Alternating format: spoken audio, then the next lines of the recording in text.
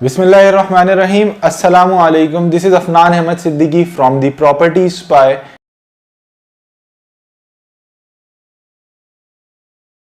तो जनाब, आज की इस वीडियो में हम बात करने जा रहे हैं कि किन सूरतों में आपको ये लोन नहीं मिल पाएगा या फिर आप इस लोन के लिए एलिजिबिलिटी नहीं रखते हैं। वो लोग जो कि इस लोन के लिए अप्लाई नहीं कर सकते हैं, उनमें सबसे पहले हैं बैंक एम्प्लॉयज। जी हां, बैंक एम्प्लॉयज खुद इस लोन के लिए अप्लाई नहीं कर सकते हैं। बट अगर आप कॉन्ट्रेक्चुअल एम्प्लॉय हैं और आप ऑफिसर ग्रेड से नीचे के किसी रैंक पे हैं तो आप इस लोन के लिए अप्लाई कर सकते हैं। और इसी के साथ अगर आप माइक्रो फाइनेंस बैंक के एम्प्लॉय हैं तो आप भी इस लोन के लिए एलिजिबल हैं। यहां पे एक चीज और क्लियर करूंगा कि बैंक एम्प्लॉयज को बहुत ही अच्छे नॉमिनल रेट्स के ऊपर बैंक की तरफ से लोन ऑफर होता है, इस वजह से ये इस स्कीम का पार्ट नहीं बन सकते हैं। बट एक सवाल ये आता है कि अगर वो एम्प्लॉयज जिनको बैंक की एचआर पॉलिसीज के मुताबिक लोन अवेल नहीं कर पा रहे हैं या लोन नहीं मिलेगा बैंक की तरफ से, तो क्या वो एलिजिबल हैं? तो सर, अगर वो बैंक के परमानेंट एम्प्लॉय हैं तो वो भी इस लोन के लिए एलिजिबिलिटी नहीं रखते हैं। इस लोन के बारे में कहा यह जा रहा है कि ये लोन सिर्फ नए हाउसेस के ऊपर, नए हाउसिंग यूनिट्स में मिलेगा। बट नए हाउसिंग यूनिट या फिर नए हाउस का क्या मतलब है, इस बात को मैं क्लियर करता हूं कि यहां पे जो घर विद इन ईयर मींस 2020 के अंदर बनाया गया है या उसकी कंप्लीशन डेट, कंप्लीशन सर्टिफिकेट पे अंडर 1 ईयर की डेट आ रही है, उस हाउसिंग यूनिट या उस प्रोजेक्ट के लिए आप लोन के लिए अप्लाई करेंगे तो इंशाल्लाह आपका लोन जरूर अप्रूव हो जाएगा। अगर वो हाउसिंग यूनिट 1 साल से पुराना है तो आपकी एप्लीकेशन अगेन रिजेक्ट हो जाएगी। तो जनाब, इसी के साथ एक सवाल और ये पैदा होता है कि कंप्लीशन सर्टिफिकेट इस प्रॉपर्टी का होना जरूरी है जिसके लिए आप लोन के लिए अप्लाई करना चाह रहे हैं। तो बिल्कुल जरूरी है। अगर कंप्लीशन सर्टिफिकेट नहीं है या कुछ एरियाज ऐसे हैं जहां पे कंप्लीशन सर्टिफिकेट नहीं होता तो वहां पे वैल्यूएशन सर्टिफिकेट होता है, वो भी बैंक कंसिडर कर सकता है। इट डिपेंड्स कि आप किस बैंक से लोन लेना चाह रहे हैं और उस बैंक की क्या पॉलिसीज हैं।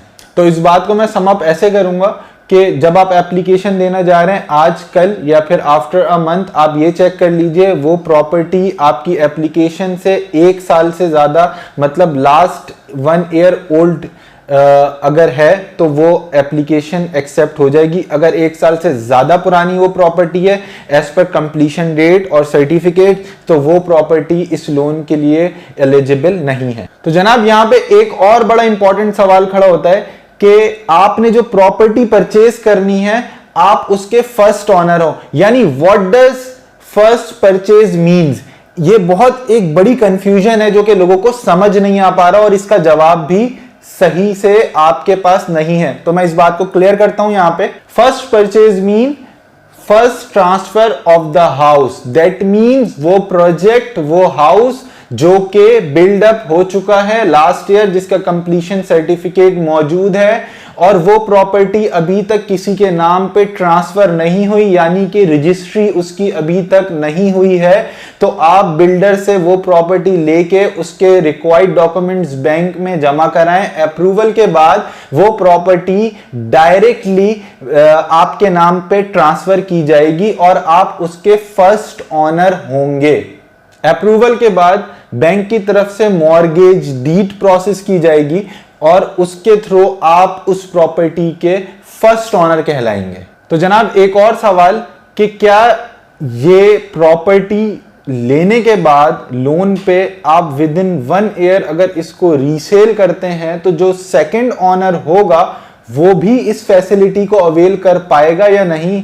तो जनाब, इसका जवाब है नहीं, क्योंकि ये फैसिलिटी, ये लोन सिर्फ फर्स्ट अलॉटी, फर्स्ट ऑनर के लिए है।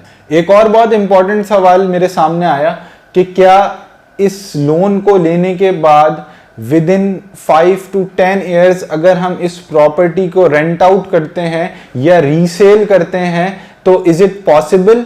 तो जनाब, homeowner is not allowed to sell the unit within 5 years, यानी कि 5 साल के दौरान आप उस प्रॉपर्टी को ना ही रेंट आउट कर सकते हैं और ना ही इस यूनिट को आप किसी और को सेल कर सकते। एक और सवाल कि इस हाउसिंग यूनिट का साइज क्या होना चाहिए, तो ये मैं अपनी लास्ट वीडियो में भी बता चुका हूं कि अगर आप कैटेगरी 1 पे हैं तो आपके हाउसिंग यूनिट का साइज 5 मरला यानी 125 यार्ड्स का होना चाहिए। और अगर आप कैटेगरी 2 यानी कि आपने 60 लाख वाले लोन के लिए अप्लाई किया है तो आप जो है वो 5 से 10 मरले के दरमियान यानी कि 10 मरले तक का हाउसिंग यूनिट सिलेक्ट कर सकते हैं। एक और सवाल ये पूछा गया कि अगर हाउसिंग यूनिट का साइज 5 मरला है और उसकी प्राइस कैटेगरी 1 में नहीं आ रही यानी कि 35 लाख से इंक्रीज्ड है तो फिर क्या करना पड़ेगा, तो फिर आपको कैटेगरी 2 में अप्लाई करना होगा।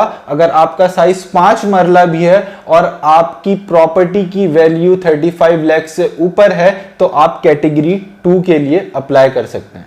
तो जनाब एक सवाल ये कि क्या रीपेमेंट की फैसिलिटी इस लोन पे मौजूद है या नहीं, तो बिल्कुल रीपेमेंट की फैसिलिटी आपको इस लोन पे मिलेगी और पेमेंट बैक करने का जो तरीका होगा वो उसी तरह होगा जिस सूरत में आपने अपनी इंस्टॉलमेंट्स बैंक को अदा की हैं, इसी तरीके से पेमेंट आपको बैंक रीबैक करेगा।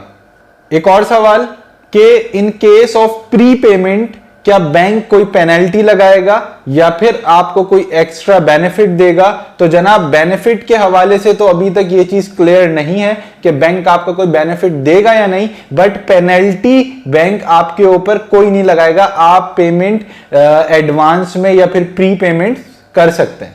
एक और इंपॉर्टेंट सवाल कि क्या अगर मैं एग्रीकल्चरल लैंड का ऑनर हूं या मलकियत रखता हूं तो मैं इस स्कीम के लिए एलिजिबल हूं या नहीं, तो जनाब ये स्कीम एग्रीकल्चरल लैंड यानी फॉर्म 7 की जमीन के लिए नहीं है। आपको केडीए और एसबीसीए से मंजूर शुदा जमीन और प्रोजेक्ट ही सिलेक्ट करना होगा ताकि आप इस लोन को अवेल कर सकें। सवाल ये आया कि इन केस ऑफ अगर 2 स्पाउस काम कर रहे हैं एक ही घर में और ये दोनों स्कीम के लिए अप्लाई करने जा रहे हैं तो क्या लोन मिल जाएगा, तो जनाब लोन बिल्कुल मिल जाएगा, बट वो किसी भी एक इंडिविजुअल के नाम पे लोन आपका अप्रूव होगा, दोनों के नाम पे लोन नहीं मिलेगा। तो इस वीडियो में आपको मैंने उन तमाम टेक्निकल क्वेश्चंस के आंसर दिए जो कि मेरी प्रीवियस वीडियो को अपलोड करने के बाद मुझ तक आए और उसके ऊपर हमने रिसर्च करी और उसके बाद उसके जो स्टैंडर्ड आंसर्स जो कि स्टेट बैंक ऑफ पाकिस्तान की तरफ से उस स्कीम के डॉक्यूमेंटेशन में दिए गए थे, हमने आपको वो बातें बताई। ये बातें अपनी तरफ से नहीं बताई गई हैं, ये बातें गवर्नमेंट की तरफ से बैंक को एज अ नोटिस दी गई और उस नोटिस में से मैंने इन पॉइंट्स को सिलेक्ट करके आपको बताया। और मजीद इंफॉर्मेशन और मजीद रहनुमाई के लिए प्रॉपर्टी स्पाई की टीम से कांटेक्ट कीजिए। आपको हमें मोटिवेट करने के लिए, सराहने के लिए बहुत बहुत शुक्रिया। जज़ाकल्लाह। अस्सलाम वालेकुम।